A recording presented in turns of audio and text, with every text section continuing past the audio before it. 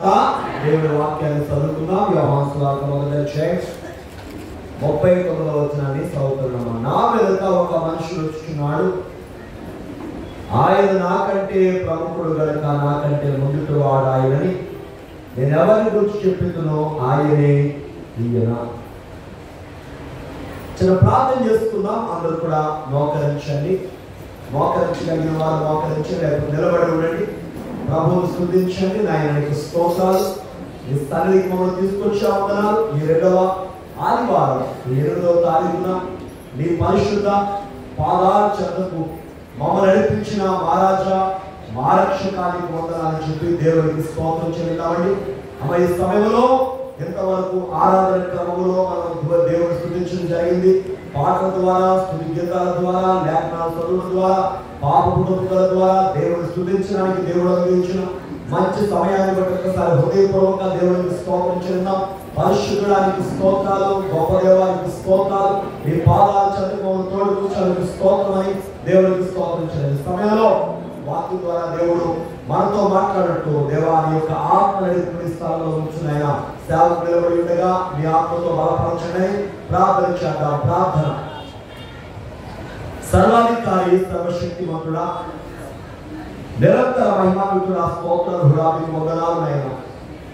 2024 సంవత్సరంలో ఈ డిసెంబర్ నెల ఈ 2వ ఆదివారం తండ్రి ఈ పరిశుద్ధ సన్నిధికి మమ్మల్ని తోడుకొచ్చారు అయ్యా. ఈ ఉదయకాల సమయంలో మీ సన్నిధిలో ఆరాధించడానికి, మిమ్మల్ని స్తుతించడానికి, మిమ్మల్ని ఘనపరచడానికి నైనా మీరు ఇచ్చిన మంచి సమయాన్ని బట్టి వందనాలు ప్రభావ.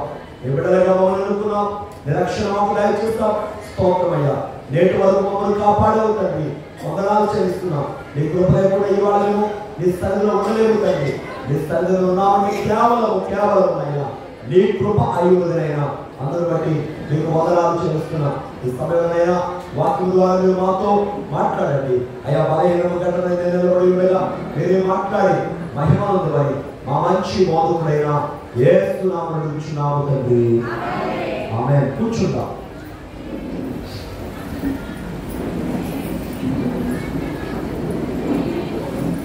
క్రిస్మస్ అన్న పండుగ చేసుకున్న వెండుగా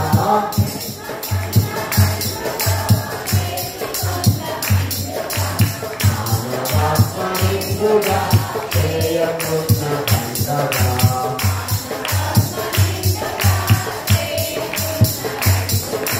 క్రీస్తు దేవనామము దేవవాక్య జ్ఞానము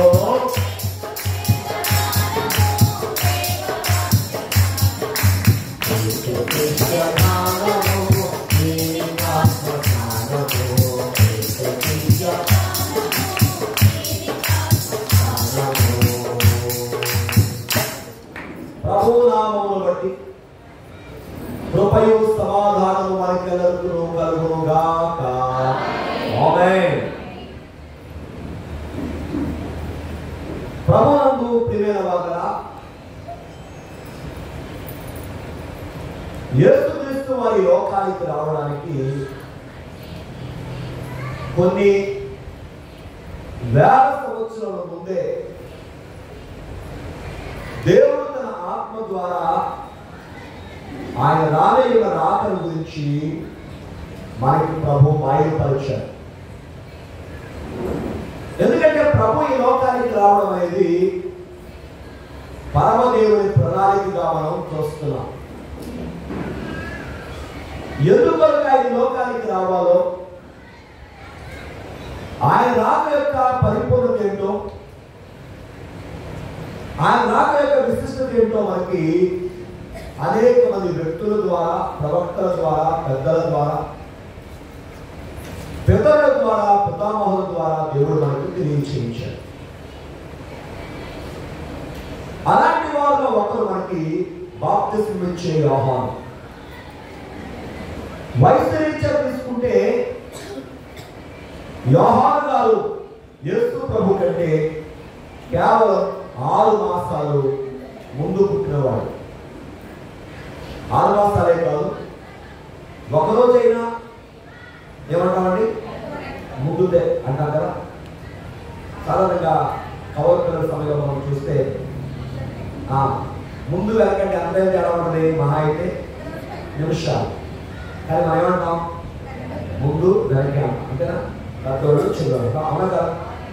ఇప్పుడు వయసు నుంచి తీసుకుంటే యేసు ప్రభు వారి కంటే యోహాను గారు 6 మాసాలు ముందుకు. ఆ యోహాను గారు యేసు ప్రభువును చూచి ఒక గొప్ప సత్యాన్ని అక్కడ ఉన్న సభకు, అక్కడ ఉన్న ప్రజలకు తెలియజేస్తాం. ఏంటి ఆ సత్యం అంటే, ఆయన ఎవరో తెలుసా, యేసు ప్రభువును చూపించాడు, ప్రముఖుడు అన్నాడండి. ఎవరమ్మా, అందరూ చెప్పండి మాట, ప్రముఖుడు. ఇంకో మాట అన్నాడు, ఆయనే ముందుటి వాడు అన్నాడండి. ఏమన్నామా, ప్రముఖుడు అన్నాడు, ముందుకి వాడు అన్నాడు. సాధారణంగా ఎంత ఏం చెప్పారు మీకు, 6 మాసాలు పెద్దవరు యోహాను గారు. మరి ఎలా 6 మాసాలు చిన్న అయినటువంటి ఆయన ముందుకు వాడలా అయ్యాడయ్యా అంటే, ఆయన లోకానికి వచ్చిన డేట్ కాదు చూచింది యోహాను గారు. ఆయన ఏమై ఉన్నాడో ఆ సర్వ పరిపూర్ణత యేసయ్యలో చూచాడు. దేవుడికి స్తోత్రం. అందుకే బైబిల్లో సెలవిస్తా ఉంది, సర్వ పరిపూర్ణత యేసు క్రీస్తులో ఉంది.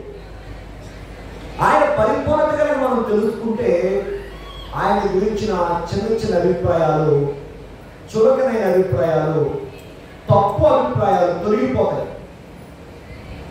ఎందుకంటే మీరు యెషయా ప్రవక్తను తీసుకుంటే యెషయా 9:6లో ఒక ప్రవచన వాక్యం మనకు ఉంటుంది. మనందరికీ బాగా పరిచయం ఉన్న వాక్యం అది. యారేగా మన శిశువు పుట్టెను, మన కుమారుడు మనకించబడెను, ఆయన భుజం మీద రాజ్యభారం ఉండెను, ఆశ్చర్యకరుడు, ఆలోచనకర్త, బలవంతుడైన దేవుడు, నిత్యుడగు తండ్రి, సమాధానకర్తయగు అధిపతి అనగా ఆయన పేరు పెట్టారు.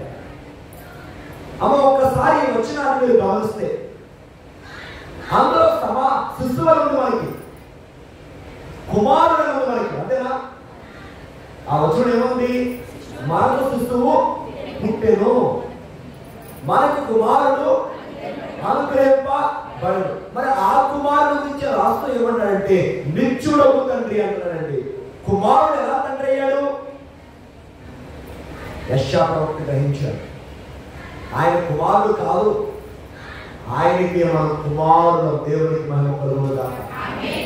ఎవరు కుమారుడు అండి, యేసు ప్రభువు వారికి మనం కుమారుడు. ఆయన కుమారుడుగా వచ్చాడు, కానీ కుమారుడు కాదు, ఆయనే నిత్యుడగు తండ్రి.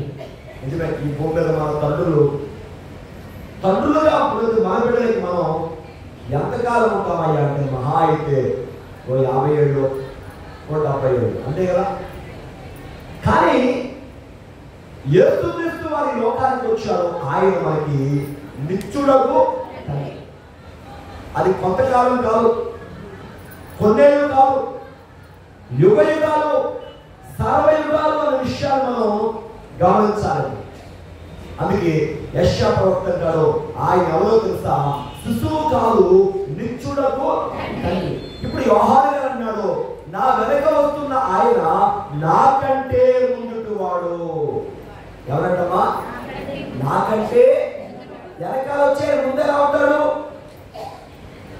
అసలు ఆయన వెనక ఉంది అంటే సమస్తం ఆయనే కదా, సర్వం ఆయనే కదా, సమస్తము ఆయనలో ఉంది, సమస్తము ఆయనదై ఉంది. అందరూ బట్టి చూస్తే ఆయన యొక్క పరిపూర్ణత నువ్వు గ్రహించాలి, ఆయన సంపూర్ణతను అర్థం చేసుకోవాలి. అందుకే యోహాను గారు సభకు యేసు ప్రభువును పరిచయం చేస్తున్నాడు. ఆయన ఎవరో తెలుసా, ప్రముఖుడు అన్నాడండి. అందరూ చెప్పండి మాట, యేసు ప్రభు ఎవరంట,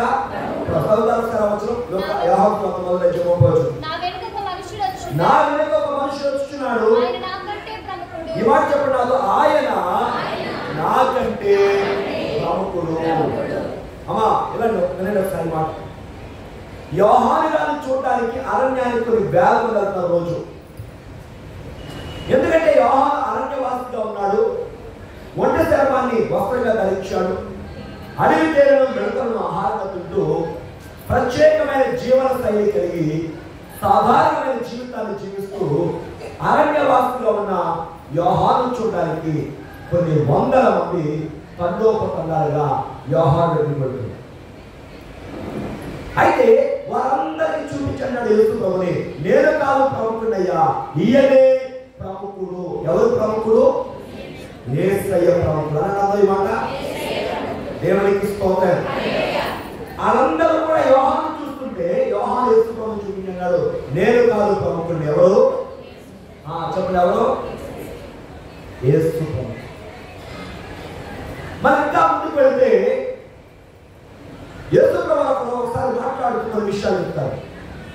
అబ్రహాము కంటే గొప్పవాడు, సొలొమోను కంటే గొప్పవాడిని, యోనా కంటే అన్నారు కదా యేసయ్య. చెప్పడమ్మా, ఎందుకని? యూదులు చాలాసార్లు ప్రభువును ప్రశ్నించడానికి ప్రయత్నం చేశారు. నీవు అబ్రహాము కంటే ముందుకు వాడవా? అవును, ముందుకు వాడే. అబ్రహాము కంటే కాదు, అందరికంటే ఎవరైనా ముందుకు వాడు. అందుకే యోహాను సువార్త మొదలు చెప్తుంది, ఆది యందు వాక్యం ఉండేను, వాక్యము దేవుని యొద్ద ఉండేను, వాక్యము ఆయన ఎప్పుడున్నాడంటే ఆది యందే. ఎప్పుడమ్మా?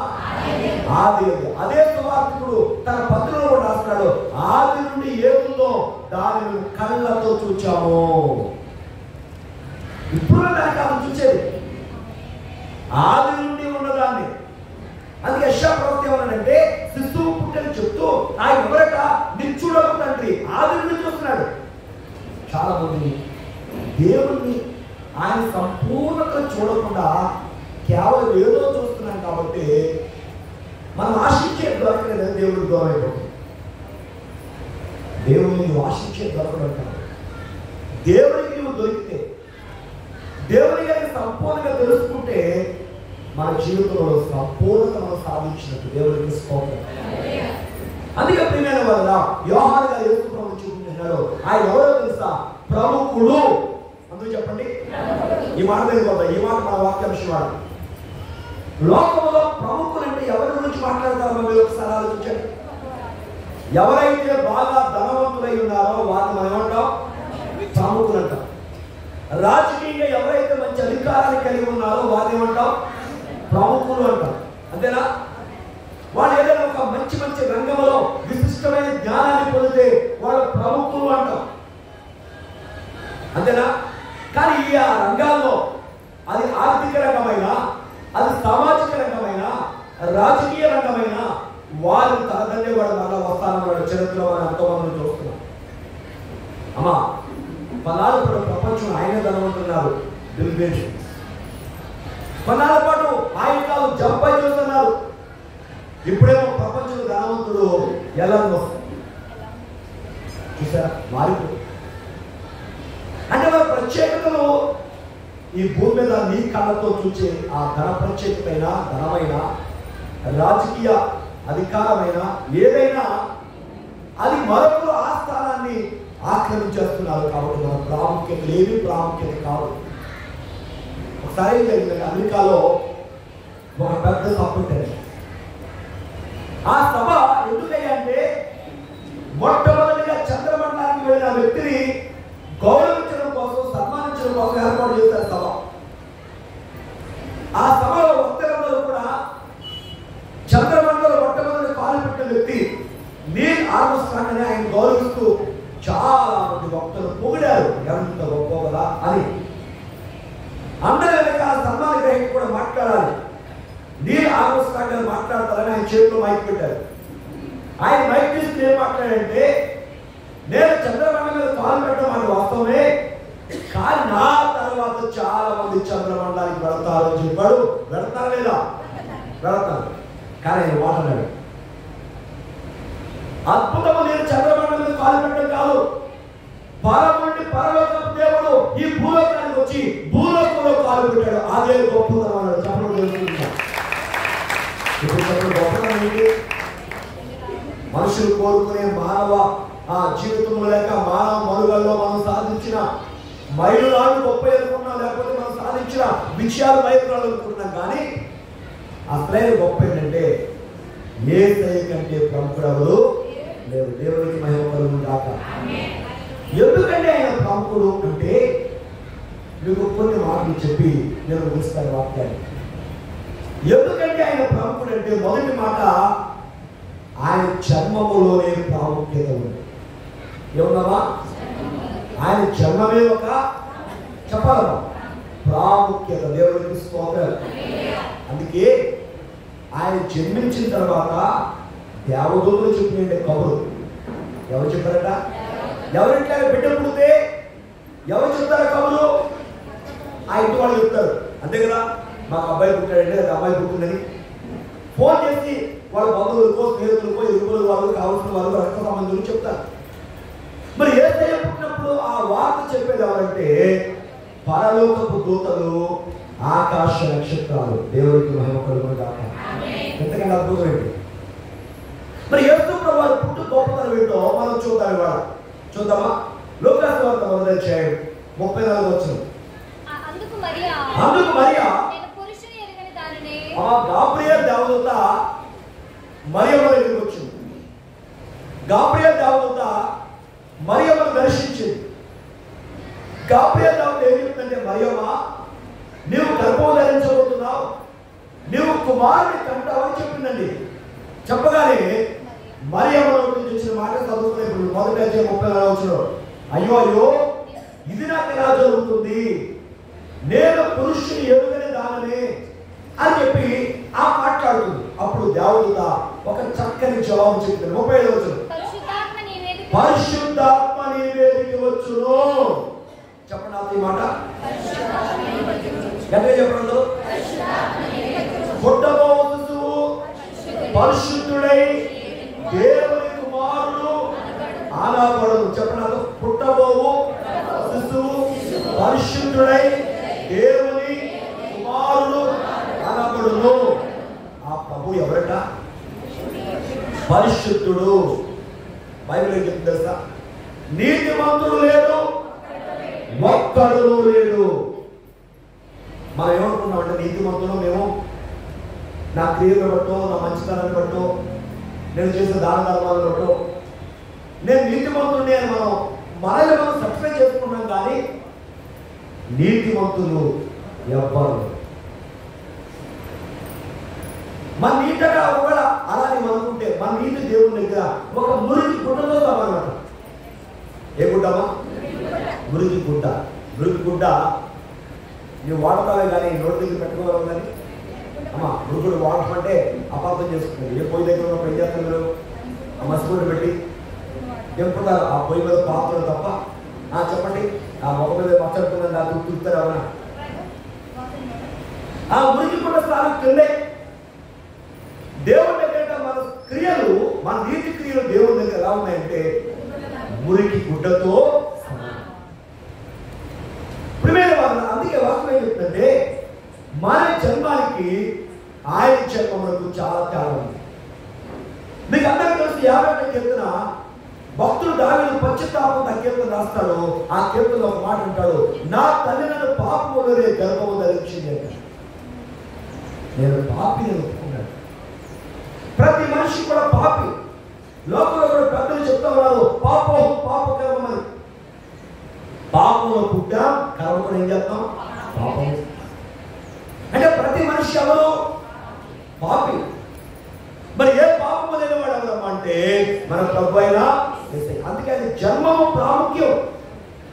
ఎంత ప్రాముఖ్యం అంటే ఆయన జన్మములో ఏ విధమైనటువంటి కలంకము లేదు. దేవునికి మహిమ కలుగును గాక. ఒకసారి ఏం జరిగిందంటే యేసు ప్రభు ఒక ప్రశ్న వేశారండి. ఒకసారి చూద్దామా? యోహాను సువార్త 8:46 చూద్దాం. ఒకసారి యోహాను సువార్త 8:46. నా యందు పాపమున్నదని మీలో ఎవరైనా రుజువు పరచగలరా? యేసు ప్రభు అడుగుతున్న ప్రశ్న ఇది. అమ్మా యేసయ్య అడుగుతున్న ప్రశ్నకు ఎవరి దగ్గర జవాబు లేదు. ఏంటి ఆయన వేసే ప్రశ్న? నా యందు పాపమున్నదని మీరు ఎవరైనా నిరూపిస్తారా, రుజువు చేస్తారా? చూడండి అమ్మ, వినండి జాగ్రత్తగా. ఈ ప్రశ్న అడిగేది ప్రభు సామాన్యులు కాదండి, బైబిల్ తెలియని వాళ్ళని కాదండి.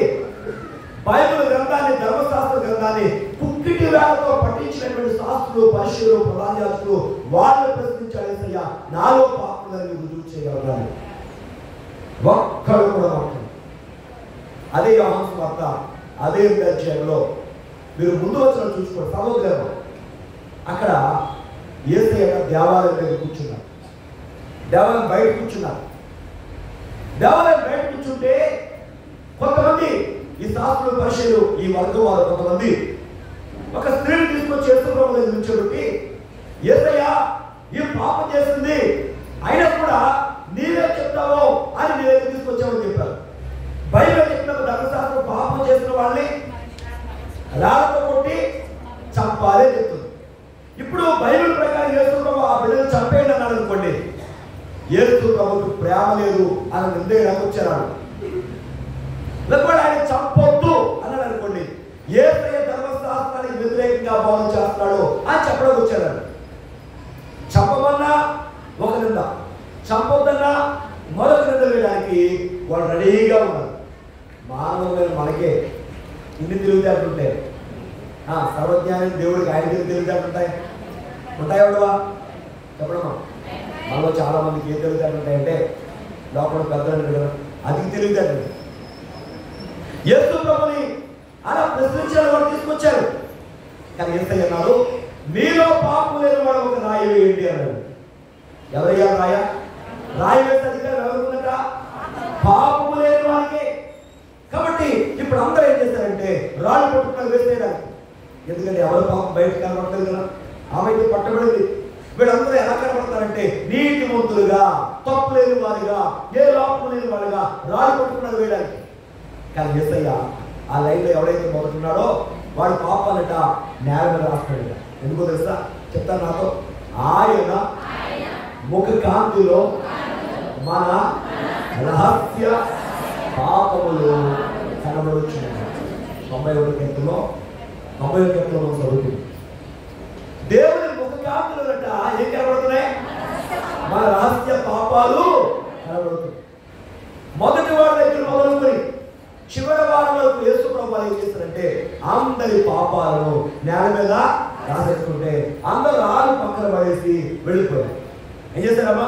రాళ్ళు పక్కన పడేసి వెళ్ళిపోయారు. గమనించండి ప్రియమైన వాళ్ళ, అందరూ వెళ్ళిపోయారు కానీ ఆ స్త్రీ ఒక్కతే ఎక్కడ ఉంది.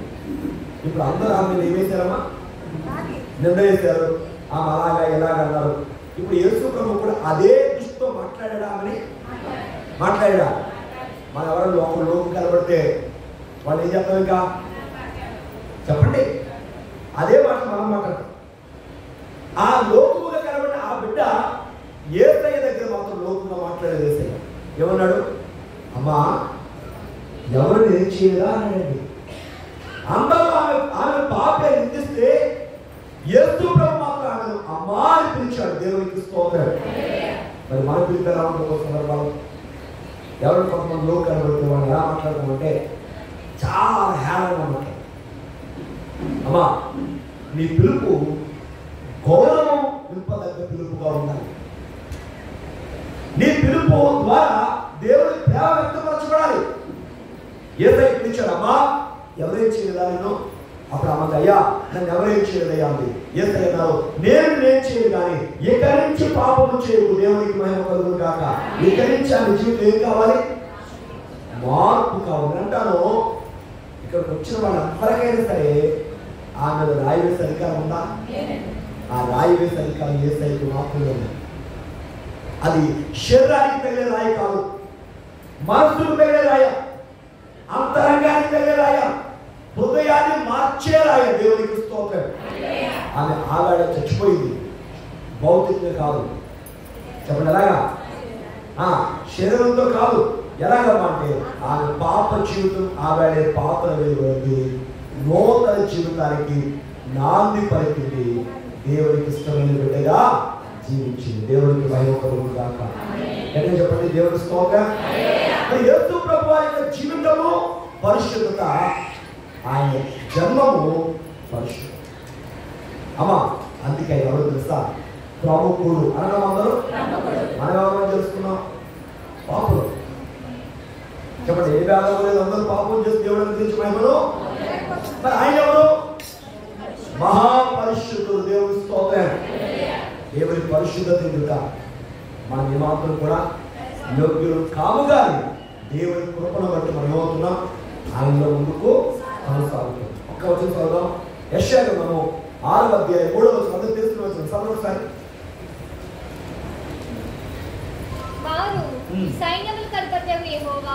రాజైన ఉజ్జియా మృతుల సంవత్సరమట యెషయా ప్రవక్తకు దర్శనం వచ్చిందట.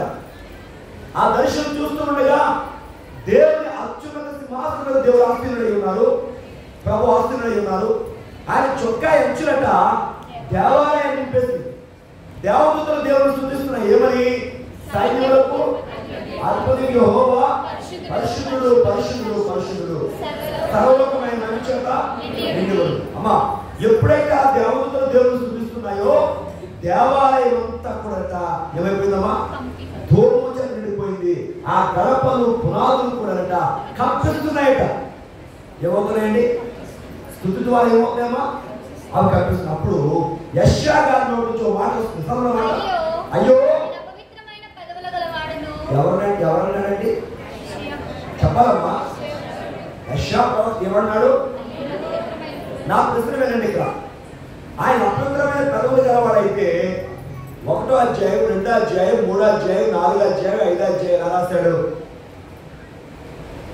6వ అధ్యాయంలో అపవిత్రమైన పెదవులు గలవాడు అన్నాడు. అంటే ఆయన ఏదో దుర్గమైన పని చేశాడనో, చేయకుండా పని చేశాడనో కాదు. మానవులమైన మనం, మానవులమైన మనం ఎల్లప్పుడూ కూడా దేవుడు ఏం కోరుకుంటాడు అనంటే మార్పును కోరుతున్నాడు. దేవుడు స్తోత్రం. మనం మారుతూ మారుతూ ఎక్కడికి రావాలయ్యా అంటే క్రీస్తు స్వరూపంలోనికి రావాలి. ఎక్కడికమ్మా? అందుకంటే కదా పౌలు భక్తుడు, క్రీస్తు స్వరూపము మీ యందు ఏర్పడవాలని నాకు ప్రసవ వేదన కలుగుతుంది.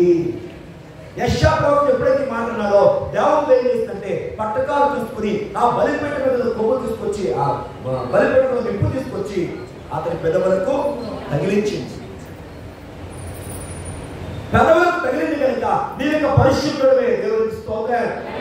దేవుని వాక్యమైన అగ్ని చేత ఎవరైతే ప్రతిదినము కూడా దేవుని సన్నిధిలో వారు ఉంటారో, దేవుని వాక్యమైన అగ్ని చేత వారు కాల్చబడతారో, వారు దేవుని యొక్క యథార్థమైన వారిగా పరిశుద్ధులుగా ఉంటారు. దేవుని స్తోత్రం. వాక్యమే మనం పరిశుద్ధులుగా చేస్తారు. అమ్మా, యేసు ప్రభువు యొక్క ప్రాముఖ్యత గురించి జ్ఞాపకం చేస్తున్నాను. 1, ఆయన జన్మతో ప్రాముఖ్యం. 2, ఆయన నడకతో. ఆయన నడక మనందరికీ వాళ్ళ మాదిరి అయిన నడక. ప్రభు తాను నడిచి చూపించాడు మనం నడవాలి. నడక ప్రభు ముందుగా వెళుతున్నారు. మనం జాగ్రత్తగా ఆయన అడుగులు వేసుకుంటున్నారు. ఆయన అడుగులు బయట వేయగలరు. అందుకే ప్రభు అన్నారు, నా గొర్రెలు నా స్వరం ఉంటాయి, చెప్పడానికి నన్ను వెంబడిస్తాయి. దేవుని స్తోత్రం. మనలో ఎవరు వెంబడించేవారు కావాలి? యేసు ప్రభు. కొంతమంది యవనస్తులు అమ్మా ఏం చేస్తారు తెలుసా? సినిమా యాక్టర్లు పిలుస్తారు. ఎవరండి? విన్నారా మీరు? చెప్పిన ఎవరైనా ఎవరు పిలుస్తారు? ఎవరంట? అలా క్రాఫ్ చేసుకుంటే అలా ఎందుకని చెప్పండి, మనం ప్రభుత్వం గమనించుకున్నటువంటి అక్షరాలు ఉండొచ్చు. వాళ్ళు ఎలా బట్టలు వేసుకుంటే చెప్పండి అలా, వాళ్ళు చిరిగిపోయి వేసుకుంటే చిరిగిపోయి, వాళ్ళు చిరుడు వేసుకుంటే వెళ్ళాలి. అవునా? మన కుర్రలో ఎవరో ఒక పెద్ద యాక్టర్ అనమాట. ఆయన బిందుడు పాలిటో పూసలు పనిచింది. దేనికి? కటౌట్కి. దేనికంటమ్మా?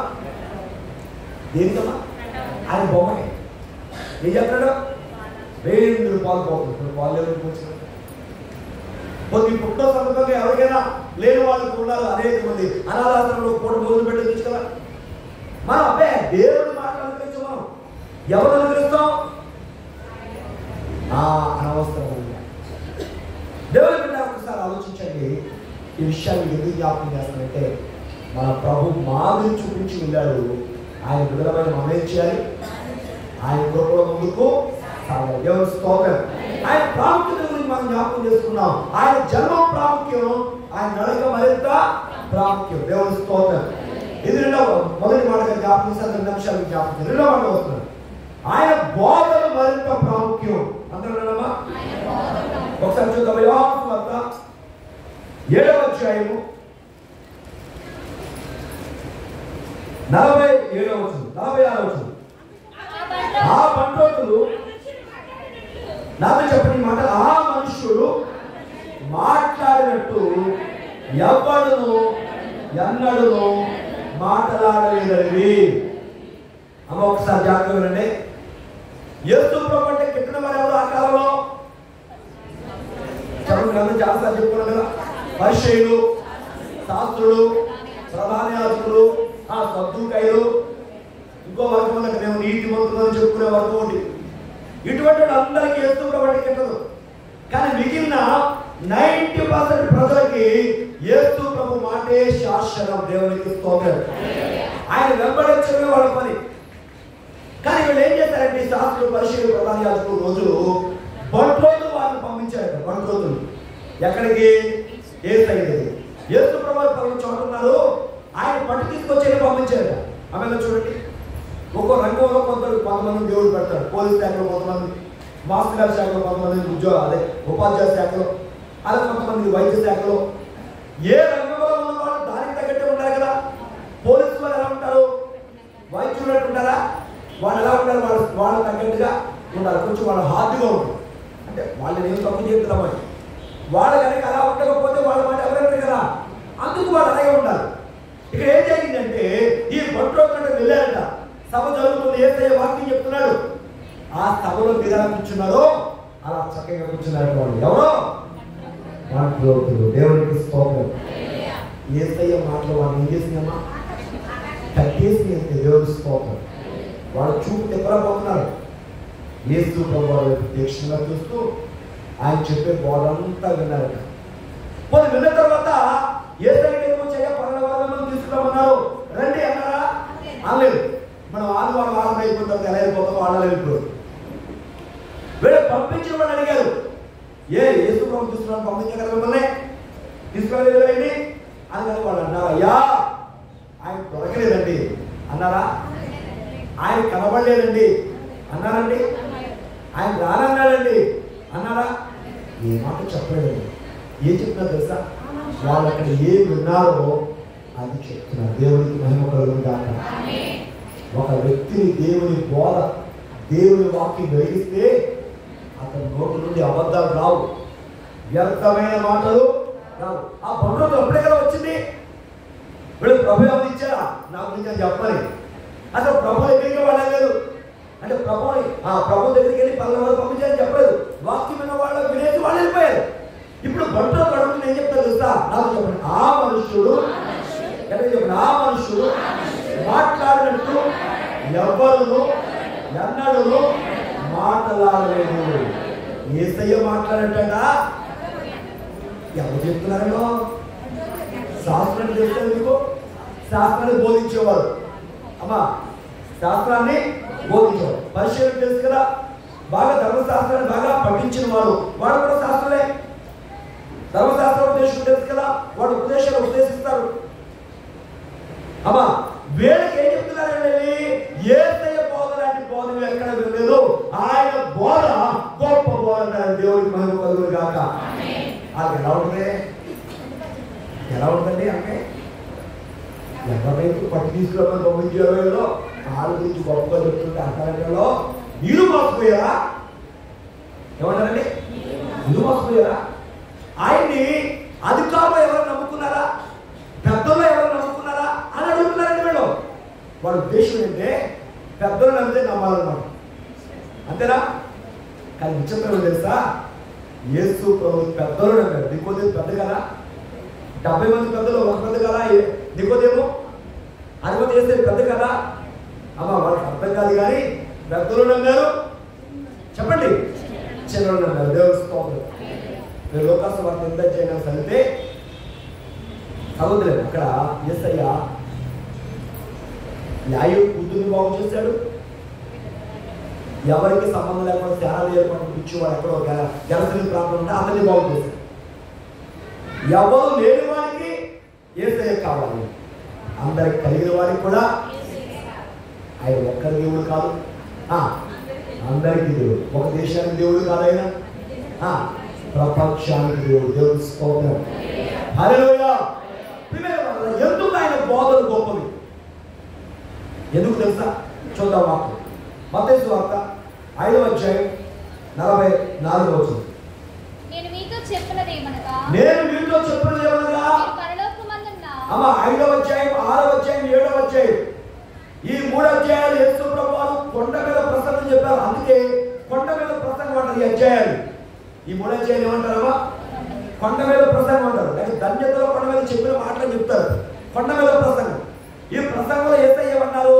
నేను చెప్పింది ఏంటంటే, మీరు పరలోకపు తండ్రి కుమారులుగా ఉండాలంటే మీ శత్రువులను ప్రేమించండి. అమ్మా గట్టిగా చెప్పని మాట అందరూ చెప్పాలి. ఇక్కడే ఉన్నారు, ఎక్కడైనా ఉన్నారా? కొంచెం గట్టిగా చెప్పండి అమ్మా. శత్రువులను ఎందుకు చెప్పండి? మనం పెళ్లి భోజనం ఎవరు పెడతాం? మన ఇంట్లో పెళ్లి అవుతుంది, ఎవరు పెడతాం భోజనాలు? ఎవరు వాళ్ళు పిలిచి భోజనం పెట్టారో వాళ్ళకి పెట్టేసేసి అవి భయ వాళ్ళ ఇంటికి తిరిగి వచ్చేసాం కాబట్టి వాళ్ళు కూడా పెట్టేసిన భోజనం అయిపోయి చెల్లు పెట్టలేవాడికి ఎప్పుడైనా పెడతామా? అమ్మా శత్రువులకు ఎప్పుడైనా పెడతాం? కనీసం చెప్పండి, ఒకసారి ఆలోచించండి. బైబిల్ చెప్తుంది, మీరు పరలోకపు తండ్రి కుమారులై ఉండాలంటే మీ శత్రువులను కూడా మిమ్మల్ని హింసించే వారి కొరకు ప్రార్థన చెప్పండి గట్టిగా. మిమ్మల్ని హింసించే వారి కొరకు ప్రార్థన చేయండి. అమ్మా ఈ కొండ మీద యేసయ్య బోధ చేశాడే, ఈ ధన్యతల కొండ మీద, బోధన కొండ మీద ప్రభు బోధ చేస్తే కల్వరి కొండ మీద ఏం చేశాడు తెలుసా యేసయ్య? తండ్రి మీరేం చేయించున్నారు? మీరుని ఇప్పుడు చెప్పండి. అందరూ మాట్లాడతారు. యేసయ్య ఏది బోధించారో దానిని నడిచి చూపించారు. అన్నమా దానినే నడిచి చూపించారు. చెప్పండి, యేసయ్య దేనిని నడిచి చూపించాడో దానినే బోధించారు. యేసయ్య బోధ, యేసయ్య నడక ఒకటి. అందుకే ఆయన బోధకు ఇంత ప్రాముఖ్యత ఇచ్చుకున్నారు. ప్రపంచమంతా యేసుక్రీస్తు ప్రభువారిని నమ్మిన వారు ఉన్నారు ఇవ్వాలంటే అది ఏ దైవజనుడు గొప్పతనం కాదండి, అది ఏ విశ్వాస గొప్పతనం కాదండి. యేసు ప్రభువారి గొప్పతనం. దేవునికి స్తోత్రం. ఆయన బోధలోని గొప్పతనం. దేవునికి మహిమ కలుగును గాక. ఎప్పుడు చెప్పండి, యేసయ్య ఎవరో బోధించుటలో నాతో దేవునికి స్తోత్రం. మన ఆయన బోధ విన్న మనం కూడా మన నడకలో యేసయ్య బోధ కనబడాలా? చెప్పాలమ్మా, గట్టిగా చెప్పాలి. మనం చేసే పని ఒకటి బోధ ఉంటుంది, ఏమోంటది. మనం చెప్పే మాట ఒకటి మన క్రియలో ఉంటుంది, ఏమోంటది. నేను యేసు ప్రభువుని నమ్ముకున్నాను చెప్తూ నీ వెళ్ళకుండా స్థలానికి వెళ్ళావు అనుకోండి, నీ మాటకి వాల్యూ ఉంటుందా? యేసు ప్రభువుని నమ్ముకున్నాను చెప్తూ నీ పాదాలు వ్యర్థమైన చోట పరిగెడుతున్నాయి, ఏం బాగుంటుంది? అందుకే అంటాడు భక్తులు దావీదు గారు, కృష్ణుల ఆలోచన చొప్పున పాపుల మార్గంలో అపాసు కూర్చొని చూడ ఆనందించు. దేవాలయము దాన్ని ధ్యానించువాడు దేవునికి స్తోత్రం. వ్యర్థమైన మన మనసులో పెట్టుకున్నాం, అపార్థమైన మనసులో పెట్టుకున్న అమ్మాయిలా చూడండి. మీ ఇంట్లో మీరు బిందె నీళ్ళు నింపి కొనే వచ్చింది కదా, ఈ రోజు పెట్టారు. ఒక నెల తర్వాత బిందె నీళ్ళు చూడండి ఎలా ఉంటాయి? పురుగులు పట్టుంది. అవునా? మనలో కూడా చాలా మందిలో వ్యర్థమైనవన్నీ లోపల దాచేసుకున్నారు.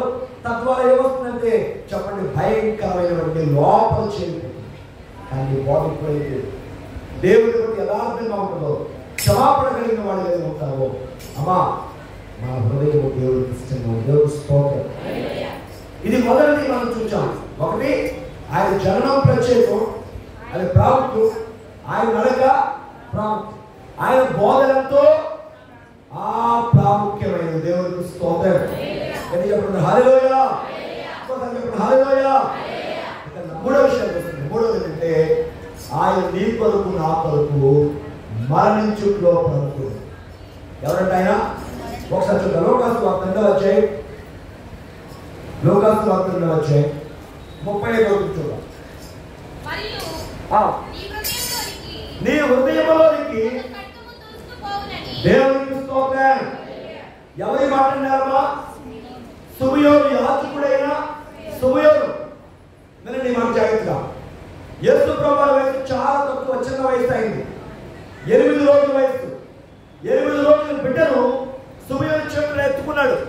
అమ్మ విన్నారా? సుమయోను చేతులు ఎత్తుకున్నాడు.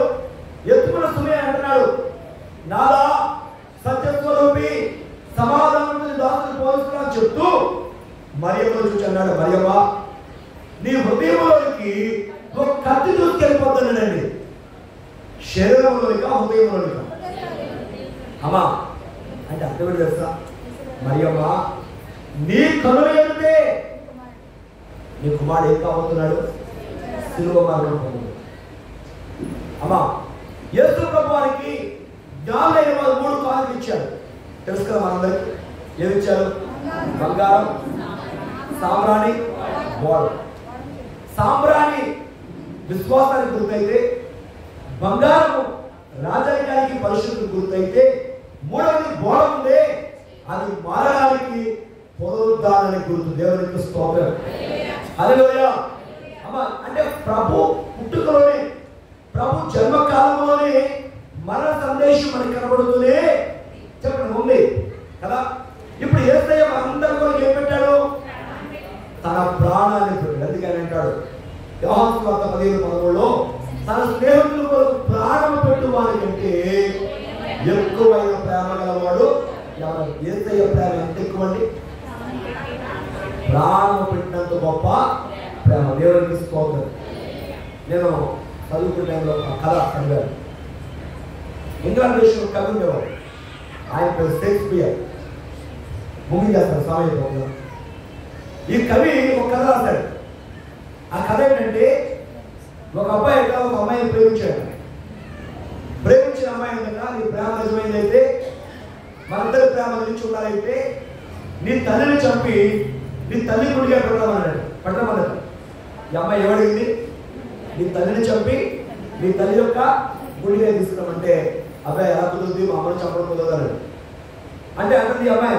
ఒకటి కుదరకపోతే మన ప్రేమ నిలబడాలి. కానీ ఆ అమ్మాయి యొక్క మాటల మైకులో పడిపోయాడు.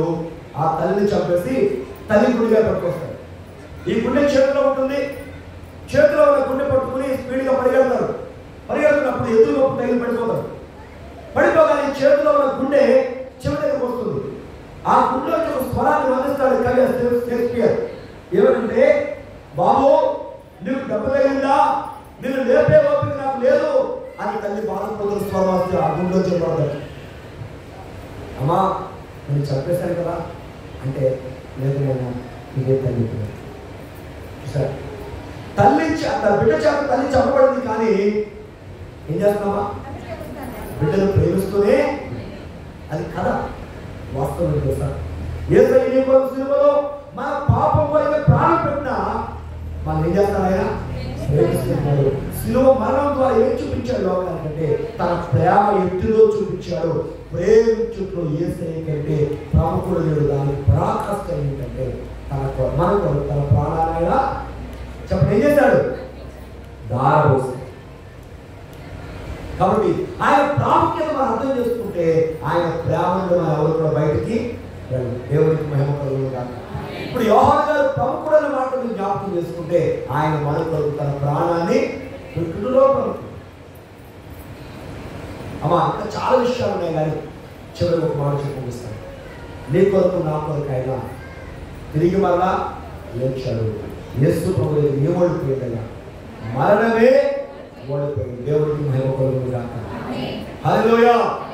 మన ప్రముఖుడు ఏంటి? ఆయన ప్రాముఖ్యత అంటే ఆయనపై మరణం కర్తనము మరణ బలాన్ని ఆయన గెలిచి తిరిగి మళ్ళా లేచాడు. కొంచెం చూద్దామా? కొరింథీ పత్రిక 15:20 చూడండి. కొరింథీ పత్రిక 15:15 ఇప్పుడైతే నిద్రించిన వారిలో ఏ ఫలం అంటాయా? చెప్పండి. ప్రథమ ఫలము. యేసు ప్రభు ఎవరంట? మొదటి ఫలం. నిద్రించిన వారు తిరిగి లేచిన వారు యేసయ్య ఎవరు? మొదటి వాడు. దేవునికి స్తోత్రం. హల్లెలూయా. ఆయన మరణం గెలిచిన గొప్ప దేవుడు. దేవునికి మహిమ కలుగును గాక. అందుకే వాక్యం మనం చూస్తాము. ఆయన ఎక్కడ లేడు, తాను చెప్పినట్టే ఆయన లేచాడు. ఎక్కడ లేడు? సమాధులు లేడు. ఈ ప్రపంచంలో గొప్ప గొప్ప కట్టాలని కూడా సమాధులు కట్టారు. అవునా? ఈజిప్ట్లో మనం తీసుకుంటే గొప్ప పిరమిడ్లు కట్టారు. ఆ పిరమిడ్లో ఏమున్నాయి? ఆ యొక్క రాజులు రావడం యొక్క దేహాలు ఉన్నాయి. మన ఇండియాలో చూస్తే తాజ్ మహల్ పెద్ద కట్టం కట్టారు. అందులో షాజహాన్ ముంతాజ్ మహల్ యొక్క సమాధులు ఉన్నాయి. ఇలా ప్రపంచంలో తీసుకుంటే పెద్ద పెద్ద కట్టడాలు కూడా ఎక్కడున్నాయి? సమాధులు ఉన్నాయి. మనం హైదరాబాద్ ట్యాంక్ బండ్ కేసు వెళ్తే అక్కడ రకరకాల రాజకీయ నాయకులు, పెద్ద పెద్ద రాజకీయ నాయకుల యొక్క ఆ యొక్క స్మారక చిహ్నాలు కట్టారు. ప్రియమైన వాళ్ళు ఎందుకు జ్ఞాపకం చేస్తానంటే అవన్నీ కూడా వారి వారి ఎముకలతో ఉన్నాయి.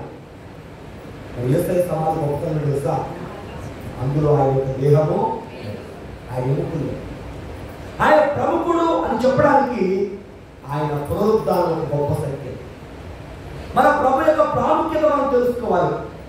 ఎందుకు ఈ సమయంలో జ్ఞాపకం చేస్తానంటే యేసు ప్రభువును చూపించి సభకు పరిచయం చేస్తూ యోహాను గారు పలికిన మాట మీకు సమయంలో జ్ఞాపకం చేస్తాను. ఆయన మాట ఆయన ప్రముఖుడు, ఆయన ముందుటి వాడు.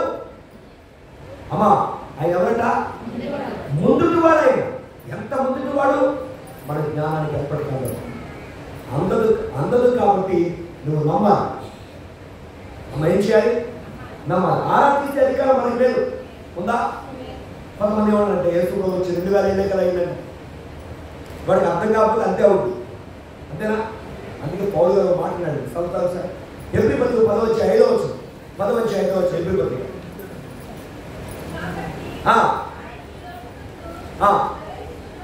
పుట్టినప్పుడు ఉందమ్మా, ప్రవేశించినప్పుడు ఉందా?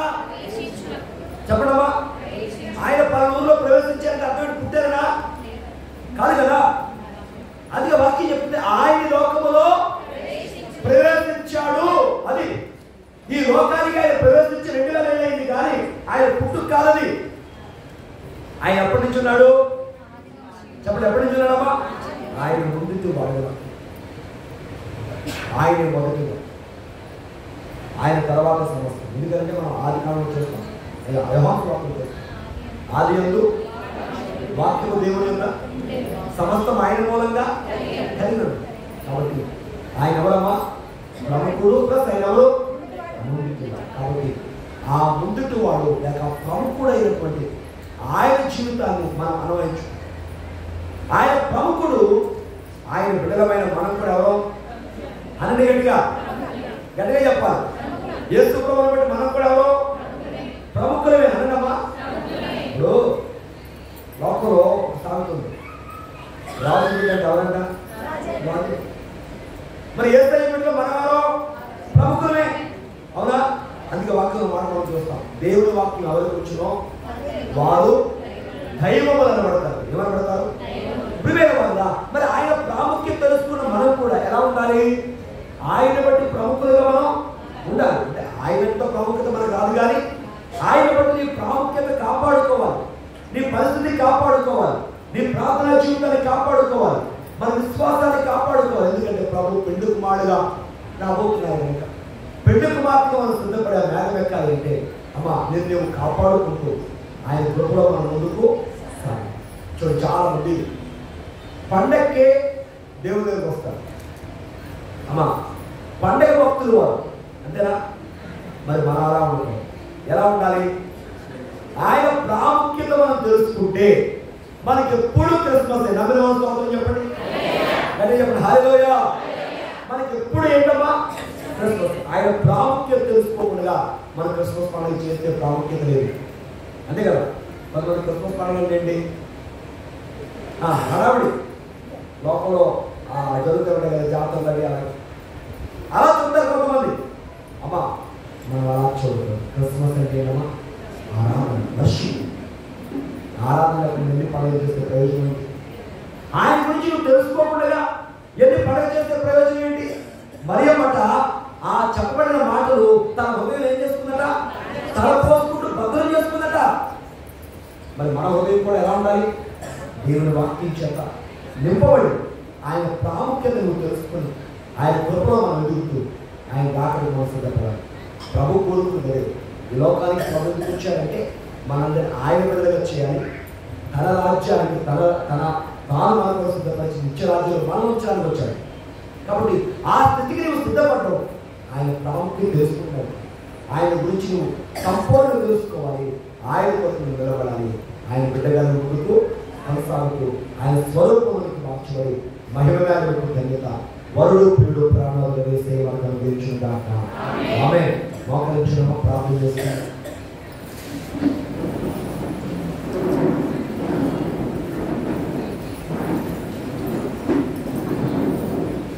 మహాపరిశుద్ధుడానికి వందనాలు తండ్రి. గౌరవ పాత్రులకు దేవానికి స్తోత్రాలు చెల్లిస్తున్నాం. పరలోకపు తండ్రి వందనాలు. పరిశుద్ధులకు స్తోత్రములు చెల్లిస్తున్నాం. అయ్యా ఇంతవరకు నాయన ఈ సన్నిధిలో మీ మందిర ఆవరణంలో మిమ్మల్ని స్తుతించడానికి ధ్యానించడానికి ఇచ్చిన ఈ మంచి సమయంలో వందనాలు. పరిపూర్ణముడు తండ్రి మీకు స్తోత్రాలు. పరిశుద్ధుడానికి వందనాలు. అయ్యా యోహాను గారు మిమ్మల్ని చూపించుకున్నాడు. ఈయన నాకంటే ప్రముఖుడు, నాకంటే మొదటివాడు. నిజమేనయ్యా, మీ ప్రాముఖ్యత మేము తెలుసుకోవాలి. యోహాను గారికి ఎలా మీరు అర్థమయ్యారు? యెషయా ప్రవక్త అంటాడు, మన శిశువు పుట్టడు, కుమారుడు పెంచబడును, ఆయన మనకు నిత్యుడగు తండ్రి. శిశువుగా ప్రారంభించబడిన మాటలు మీరు నిత్యత్వాన్ని ఎలా చూడగలిగాడు ప్రభావం. నేను కూడా సంపూర్ణంగా మీ యొక్క పరిపూర్ణతను చూసి ఆ చక్కని సంపూర్ణత మాకు దయచేయండి. అయ్యా ఎంతవరకు నిలబడిన వాక్యం మా అందరి అంతరంగాలు ముద్రించి మహిమను వేరే మహిమ గలతకి ప్రభావం యేసు నామములో అడుగుచున్నాము తండ్రి. ఆమేన్. మరణాతం.